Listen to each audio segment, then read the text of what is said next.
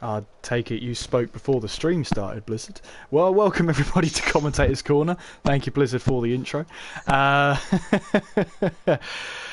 what a race we had then, Andy.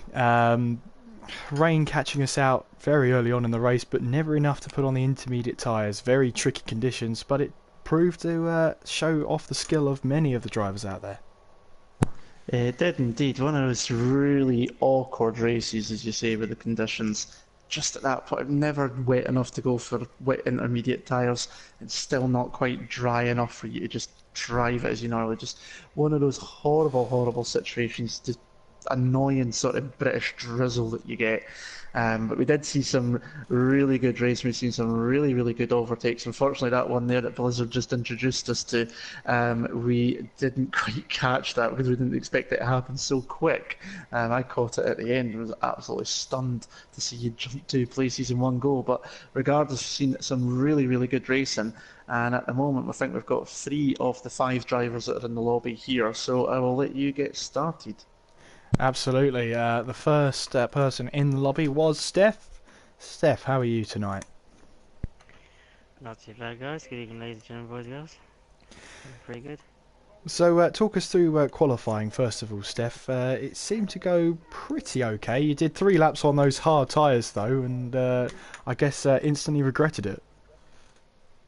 No, it's just literally just like using the hard tires. It's just like just to go track conditions really, and just see what I can do. Obviously, the first flying lap wasn't too great with them, so I thought, okay, I'll just ease it down and see what I can go from there. So after done lap one, just done a cool down lap, and then go for another one. And as I was going for the other one, was it turn one? The exit of it, I thought, okay, go on. Well, I thought I had like 2 wheels on track, but game teams need to not, and they've had over lap time, so which then immediately just went straight off power again. Use it as another warm up just to get the tyres back up to temp and keep them reasonable, and then go around again, knowing that I was going to be very tight on fuel. And it seemed okay, and got back in the pits and I thought, okay, bolt on a set of mediums and see what I can go from there. Um, Again, same issue on the first lap, obviously tyres weren't fully up to scratch, but once I got going on the second run, proved reasonable, and I thought, okay, I'm happy with that. And when we got to the race, then obviously everything was going well. It was cloudy for the race. Just how annoyed were you that the weather forecast didn't predict any rain? The forecast, as it is, typical British weather. It's basically, yeah, it said no rain, and then it just like somehow just be a bit misty, but it proved alright. The car felt, perfect in its element, and adapted to anything that was going on. Start wise, got off to reasonable, just take a bit cautious. Obviously, I had Darum like battling me out in certain places. Wasn't gonna let him like get him off lightly. I was just like, you want a position fight for it. And he did try to overtake me down outside of Brooklands. Um, Nearly had it, but I closed the door on him, and it's like, right, that's my spot. Go to find somewhere else to overtake me. And obviously, he jumped me in the pits when I had to win in the pits later on. Um, I had some good battles out there. Had a good battle there with Lighty, with redemption, I'm presuming from last race, but kept it fair and clean stuff. So And you did also have that battle with Sean right towards the end of the race as well. Managed to hold on for yeah, P9. that one I was What happened was, as I was like going through Megas and Beckers, it's like, oh, I was fine going through Chapel. His like back end came out a little bit because I had a gap originally to Sean to about at least 6 seconds, and I was like managing it perfectly. And obviously back end went a little bit, and obviously speared me like, well, not exactly speared me, but had to take evasive action. Obviously went through the gravel. I just thought, okay, get quickly back on track, and then obviously then Sean was like right behind me within like a second, and I just thought, okay. I done a little check on like see if he had any penalties compared to mine because I had like 3 second penalty, and then I found out Sean had a 3 second penalty. I just thought, okay, right, game on. I just had to literally push when I need to push, and then not to push when I don't need it to. And obviously I knew Sean was like there just closing. At one point he tried to overtake me down Hanging Straight, heading down towards Stowe. obviously he was in front, and I thought, okay, I'm just gonna still keep it up the inside. I'm still gonna retake that position. I am not letting him go. And then obviously after that, I just thought, okay, yeah, I just got to get going, keep maintaining the gap, and just stabilise my car and try not to gain up any more track excursions. And yeah, take home P9. So. Yeah, Andy, anything from you on the question front? Yeah, quick bit out was obviously we mentioned about the conditions. Just how tricky was it? Because obviously it was never wet enough to go for intermediates, but it must have been really slippy and really greasy out there. We could see the rain on the stream. Just how tricky was it? It wasn't really tricky, to be honest. It's just like typical British weather, just like drizzle and just like enough to be damp, but it's not enough to put you off any like ways of going in for inters. Um, but like I kept the car on track. I just literally just like maintain like pace and keeping constant lines and not going off to other straight lines to gain up more pace. The only place I probably say I probably picked up more pace, well, getting an extra bit out of the corners was probably around left fields, like going off wide, because then you can just anchor around as a double apex and gain more speed. But apart from that, track condition didn't really bother me much. It just pretty much felt comfortable like it was home after all his home Grand Prix. Fair enough. In Germany up next for Hockenheim, another classic track. How do you fancy your chances around there? I don't mind Hockenheim, I love the track. Shame it ain't the old layout, that would be amazing. Oh, would it um, ever? oh no, but no, I don't mind Germany. You know, it still flows. It's like obviously, you know, shorten layout, and the corners do connect up, and a couple of them do catch you out. But as long as you're on the ball, generally okay. Fair enough, and obviously it's Thursday night, so take it away. Thank you very much. Right, so what we got for you tomorrow night, then, ladies and gentlemen? We have got the Russian Grand Prix. So we're going off to Sochi, around the old Winter Olympic Stadium. Obviously, just bring your vodka. But not you, Charlie. But overall, yeah, we'll go over a good instalment with Russia tomorrow night. So I hope you can join me with that tomorrow night. It'll be amazing. Hoping for another cracking race like we did in last week in Singapore. Right over to you guys. Yes, In TTTV Russia, has. the car drives you. Yes, and TTTV has no no relation to vodka whatsoever. But thank you very much for talking to us, Steph. Must have been fun out there, especially in those tricky conditions. And good luck in Germany. Oh, well, indeed, it was a good night out there, and obviously good battles of fun out there. And yeah, right on Germany. See what we can go. Absolutely. Thank you for talking to us, Steph. No worries, guys, and catch you soon. So, the next person to be interviewed is Blizzard. You gave your own nice little intro. You seem to have, I wouldn't say an easy race because the rain came falling about 7 laps in. Just how tricky were those conditions out there? I mean, I don't, depends on which conditions you're talking about, because I felt like I was better in the rain than the dry, so I actually pulled away from Poe at the start when it started raining, rather than just keeping the gap when it wasn't. Yeah, and you also had pole position there by just 0.15 seconds. Another decent lap from you. Decent, obviously, being an understatement. Only person into the 125s, I believe it was. Correct me if I'm wrong, Andy. Yes. You're correct. So it must have been a pretty good day for you. The Grand Slam, pole position, fastest lap, and the race win. Yes. And you see, I try and make the questions as open as possible, and in the end, I ask a closed one. It's my own fault. Obviously, when you come to those conditions where you're setting up, just talk us through sort of the cloudy conditions, a cloudy forecast, and it starts raining. Do you panic at all? What's the strategy? I don't think you should panic, because you know you're just gonna crash off then normally and get pens. But it's more or less that was more surprising, that race, for the rain. Like normally it wouldn't be surprising to see the rain because you're normally told, but it didn't say. It was just dry, like it was there. Like I think it just said clouds. It didn't have any rain on the forecast, so no one expected it to rain. I don't think.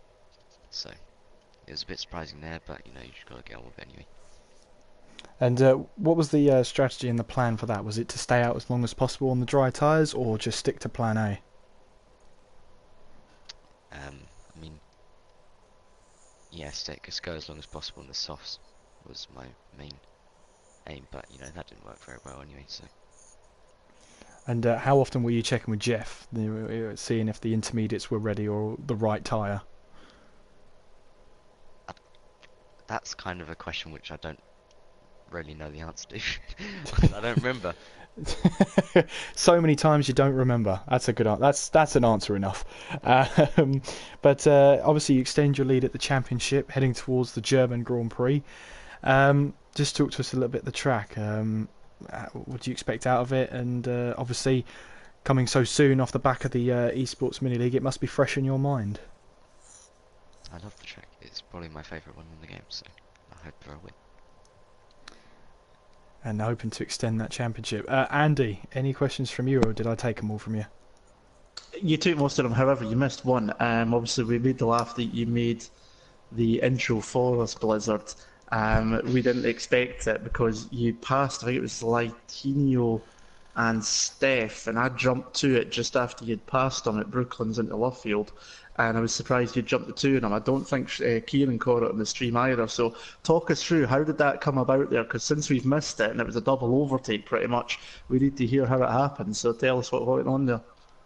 It was like, I mean, I think it wouldn't have been possible if Lighty didn't defend, but Steph defended straight away over Lighty, so I just took Steph's slipstream and got alongside Lighty, and Steph left just enough room on the inside, just up to the grass, so I could go down the inside, and I mean, yeah, I'm very happy with it, to be honest.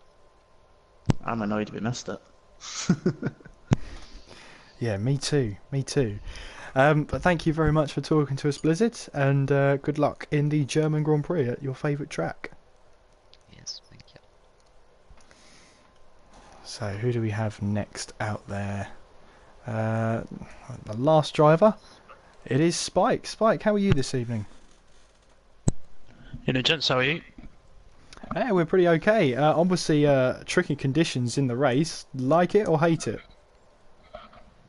It was okay. Just meant you couldn't quite, you know, fulfill the potential of the mediums, but it was slippery, but not overly slippery.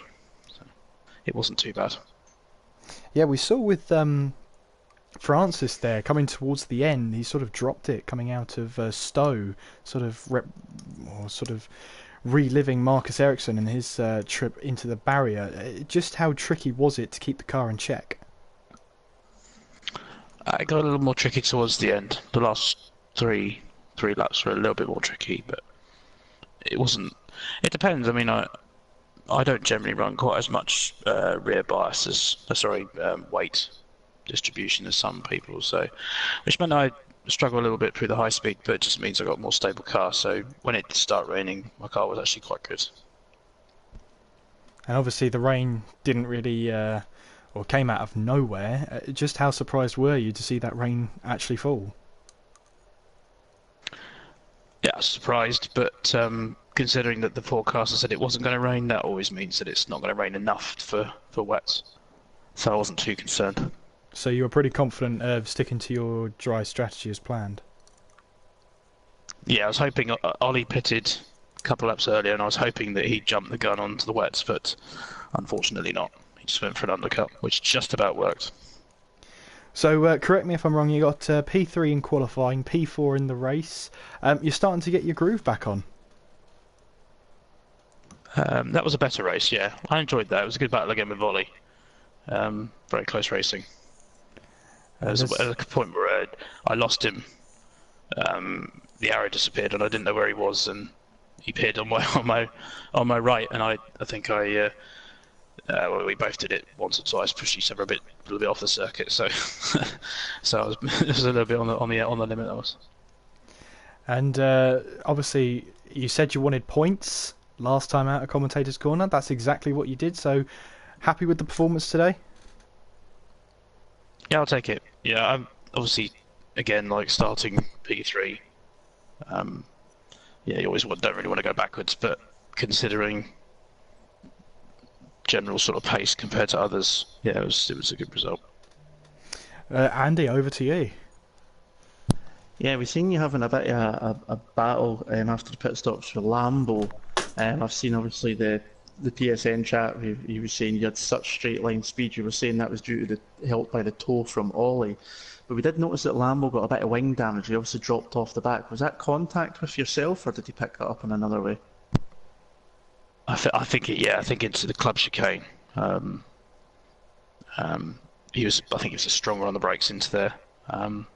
He braked a bit later than me. I felt like I got a small tap, but it was only minor.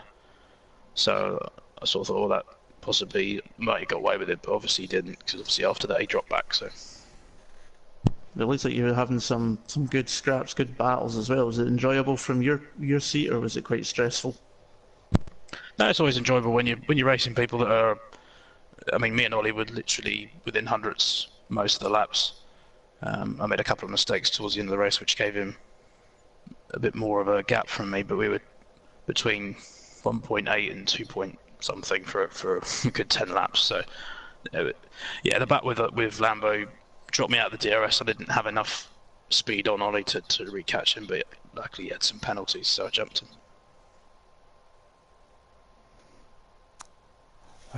So on to the German Grand Prix then. Is the target still the same? Points on the board? Yeah, I need to climb the table. I think I've literally just matched Alan, I think, or maybe a couple of points ahead of him. So it's not been the greatest start of the season for me. But yeah, just consistency, and I'm just enjoying the battles and with people like Ollie and Lambo and Squeezy and the rest of them. So. And final question from me then. Are you looking forward to the German Grand Prix? Yeah, it's a good circuit. I enjoy it. Yeah, it's a good circuit.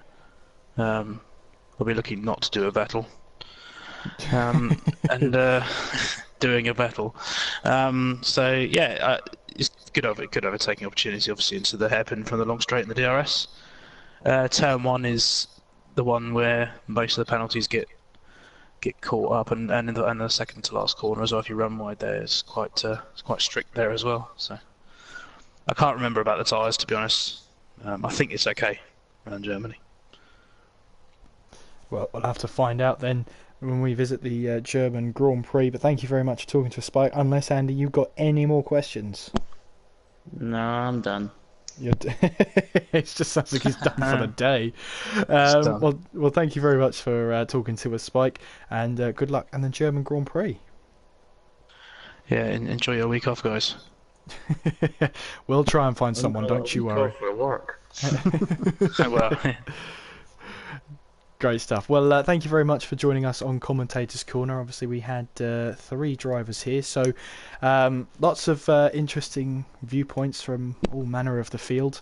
I enjoyed that race, Andy. It kept me on the edge of my seat. Obviously, we don't have the advanced strategy and the weather that everybody else has, so we were just kept on the edge of our seats. Yeah, it keeps us going there, especially when you throw that little bit of weather into the mix. You don't know just how slippery it is out there until you see people pitting. So we were trying to second guess what the drivers were doing, trying to cover all bases and think of what will happen if they do pit, and think of what will happen if they don't, and if the rain starts here, if the rain starts there. So it really kept us going. Some really, really good moves out there. We missed that one from Blizzard, unfortunately, which you mentioned, which was a shame. But we didn't quite expect him to catch those two so quick. But we've seen quite a few good moves. Squeezy pulled off a couple of crackers as well, especially in that one on Ollie through Maggots and Beckett side by side at over 170 plus miles an hour. That was absolutely brilliant. So some really, really good stuff. It's a shame, obviously, for me and you. The next week, obviously, we're going to be missing. We're not going to see the action, but hopefully there'll be someone to make the stream and to bring the action to you guys. And just real quickly as well, I noticed just before we came live for Commentators Corner, TTTV has just broke over the 150 subscriber mark as well. So thank you very much to everyone who has watched and subscribed. Absolutely fantastic. We head on for 200, hopefully in the very near future. Yeah, absolutely. Thank you for your continued support. Just a quick one. Obviously, Blizzard has the A logo fastest lap at the moment. Early doors, it looks like Lambo is going to take the weakwifi-solutions.com driver of the day. Of course, make sure you do follow the league on Twitter at TTL F1. Make sure you do subscribe to the channel right below us. Make sure you hit the bell next to it to make sure you're notified every time we go live. The next race is, as Steph mentioned earlier on in Commentators Corner, you've got the stream tomorrow with Steph in the box for the Russian Grand Prix as they head towards the closing stages of season number 3. Can't believe I actually started that season. It seems so long ago now, but I did actually start that season. I will be on the scoreboard. But obviously I'm not. I'm not a driver anymore. That's not my style. But you can tune in with Steph there. Also on Sunday, obviously following the same calendar, TTL F2, there'll be 25% races at Austria and at the British Grand Prix. And then next week, Tuesday, will be the German Grand Prix. And we'll have to keep you updated as to whether that will go ahead with a stream. Thursday would be the Hungarian Grand Prix. And hopefully on the Tuesday after that, I will be back, which I believe is the 15th of... oh no, not the 15th, the 22nd of January. And I return for the Belgian Grand Prix. So that's not a bad Grand Prix to make my comeback at. And Andy, hopefully you'll be joining us at arguably an even better track, the Italian Grand Prix.